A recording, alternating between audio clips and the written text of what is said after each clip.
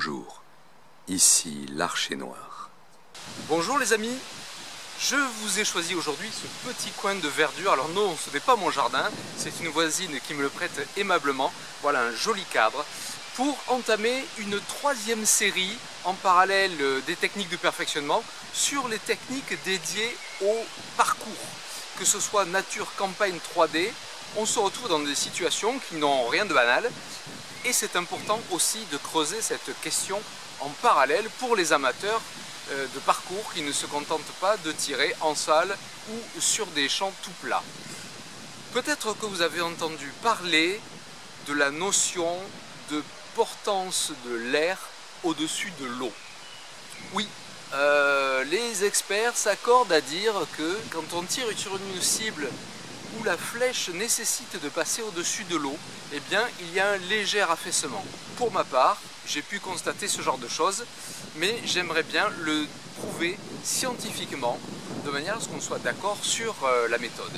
Allez, c'est parti, je vous explique tout. Je vous présente le cadre de mon expérimentation, quitte à bosser, eh bien autant se faire plaisir également. Alors, au-dessus de cet étang, j'ai positionné deux cibles campagne, un blason de 60 cm à 25 mètres de distance et un autre blason que vous voyez au fond sur la droite à 35 mètres de distance. Lui, c'est un blason de 80. Alors 25 mètres et 35 mètres, ça permet de tester des longueurs qui ne sont pas très importantes. On pourrait tirer jusqu'à 50 mètres ou 60 mètres en campagne. Mais si on trouve un effet, un impact à 25 ou à 35, eh bien on pourra dire qu'il y en a réellement un qui s'appliquera également sur de plus longues distances. Alors voilà, depuis ce point, je vais tirer des petites séries de flèches sur les deux cibles. Je me suis échauffé auparavant, mon tir est relativement calibré. Je sais que quand je prends tel point sur ma palette, je suis exactement à 35 ou à 25 mètres. Et donc, si mes flèches arrivent pile au centre, c'est qu'il n'y a pas d'effet.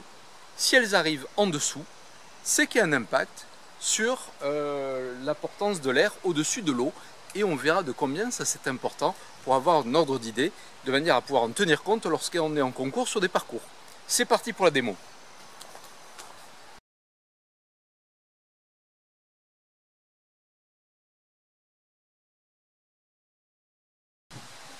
Bon alors verdict, regardez, tout arrive au niveau du centre, même si tout n'est pas exactement dans le jaune.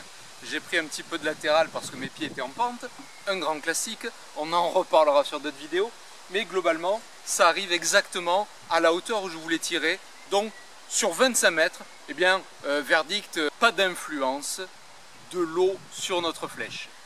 Voyons maintenant à 35, roulement de tambour. Eh bien écoutez, à 35, je suis désolé de vous décevoir, mais ça arrive à hauteur du centre, à peu de choses près, à 35 mètres, la fiabilité du bras, le gainage du bassin, j'arrive un petit peu à côté, mais je suis à la hauteur où je voulais tirer globalement. Alors qu'est-ce qu'il faut penser de tout ça? Eh bien tout simplement que en fait il n'y a pas d'influence, il n'y a pas d'impact de la présence de l'eau avec notre flèche. Quelque part, il fallait s'y attendre. Avec le poids et la vitesse d'une flèche, comment ça pourrait être perturbé par des paramètres qui par ailleurs sont extrêmement constants. Ce qui peut varier par contre, c'est que quand on est au-dessus de l'eau, la différence visuelle peut nous faire croire, comme il n'y a aucun obstacle, que la cible est plus proche. Et du coup, on va avoir tendance à sous-estimer légèrement la distance, et c'est ce qui va nous faire arriver un petit peu plus bas. Mais quand on connaît la distance comme je l'ai fait là, eh bien, je l'ai démontré scientifiquement, il n'y a pas d'erreur sur la hauteur. Donc c'était du ressort de la légende. Eh bien tant pis, mais au moins on sait à quoi s'en tenir, on est rassuré. Et j'espère que ça pourra vous aider pour vos prochains concours en parcours avec la présence de l'eau. Il n'y a pas de changement de distance ou de compensation à effectuer, rassurez-vous. Comme toujours, likez, abonnez-vous et je vous dis à très vite pour de nouvelles vidéos de perfectionnement. Salut!